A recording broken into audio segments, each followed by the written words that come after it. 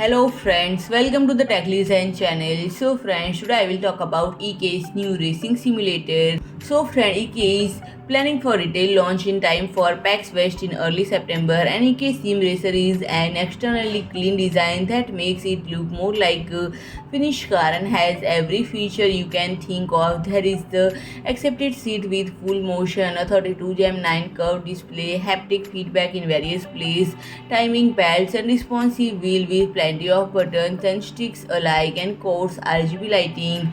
The lighting in the front also act as a visual indicator of steering and braking in real time for audience to look at, as we suspect this will be a product more likely to be seen in arcade than someone's home given the physical form factor. It will ship pre-assembled. Powering the EK Sim Racer is pre-built EK liquid cool system, although this is optional and you can use your own PC with launch edition accepted to sale for 19,999 USD dollars. So friend, if you like my video, please do like, share and comment, and don't forget to subscribe my channel and press the bell icon.